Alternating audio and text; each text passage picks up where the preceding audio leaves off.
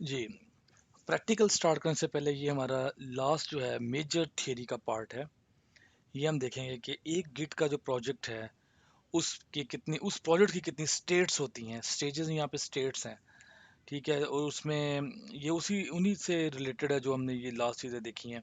तो अब हम ज़रा प्रैक्टिकली जाने से पहले थोड़ा सा जो हमारा लास्ट टॉपिक है इसको इसकी अनॉटमी को अंडरस्टैंड करने का वो हमें अभी देखना है।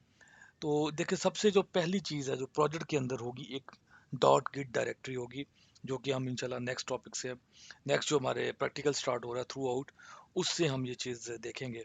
सो एक डॉट गिट डायरेक्टरी होती है जो कि एक्चुअल रिपोजिटरी होती है गिट के प्रोजेक्ट की। यानी इसके अंदर जितना मेटा डाटा है, जितनी ब्रांचेस की इंफॉर्मेशन है, जो डाटा है, वो सारे का सारा कहाँ होता है?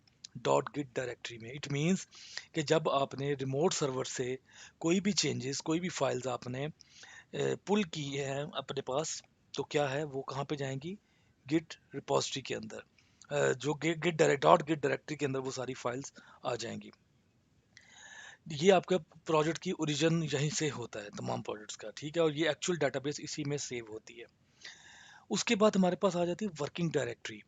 वर्किंग डायरेक्टरी वो आपका एक्चुअल गिट से बाहर एक फोल्डर होता है जहाँ पे आपने अपने प्रोजेक्ट्स के अंदर आप अपने डेवलपमेंट कर रहे होते हैं। सी प्लस प्लस का कोड हो, जावा का कोड हो, कोई भी कोड हो, HTML, जो आप काम कर रहे हैं जिस फोल्डर में, वो आपका क्या है? वर्किंग डायरेक्टरी कहलाती है। तो ये क्या कहती है? ये आपकी सिंगल कॉपी होती है जो कि आपने कोई भी एक वर्जन को चेकआउट किया होता है। This is a single copy also known as a checkout of one version of the project. ठीक है। जो आपका असल कोड है वो कहाँ पे लेके आता है? ये गिट से आपकी वर्किंग डायरेक्टरी में सारा आ चुका होता है। तो ये गिट से गिट डायरेक्टरी एक्चुअली क्या हो जाती है? लोकल रिपोजिटरी हो जाती है। गिट डायरेक्टरी आपकी लोकल रिपोजिटरी है। तो वहाँ से ये जो डाटा है ये किस में आ जाता है? आपकी वर्किंग डायरेक्टरी के अंदर आ जाता है।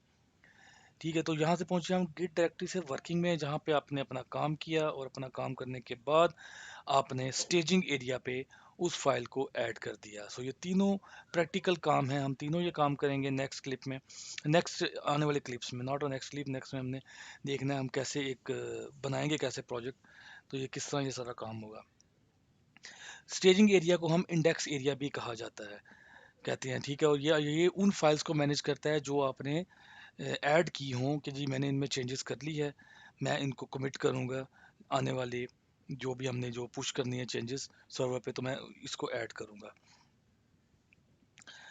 ओके। और इसके बाद हम देखते हैं नेक्स्ट क्या हमारे पास। जब ये स्टेजिंग एरिया के अंदर ये फाइल्स आ जाती हैं तो देन क्या किया जाता है? इनको हम लेके जाते हैं वापस अपनी लोकल रिपोजिटरी के अंदर चेंजेस को कमिट करते हैं, राइट। तो ये हमारी जो तीन स्टेजेस हैं इनको हम प्रैक्टिकली आगे चल के देखते हैं।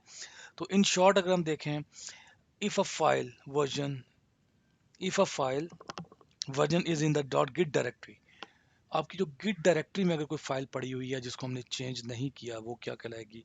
कमिटेड। उसके बाद if a file is modified and has been added to the staging area, ये स्टेज्ड कहलाएगी। और if a file has modified since the last checking of the file from the git directory but has not added to the staging area, तो हम कहेंगे ये modified file कहलाती हैं। तो हम ये तीनों टर्म्स को प्रैक्टिकली अब हम देखेंगे। जितनी टर्म्स अभी तक हमने की है, तो एक्चुअल हमारा प्रैक्टिकल नेक्स्ट स्टार्ट हो रहा है। तो let move to our next topic.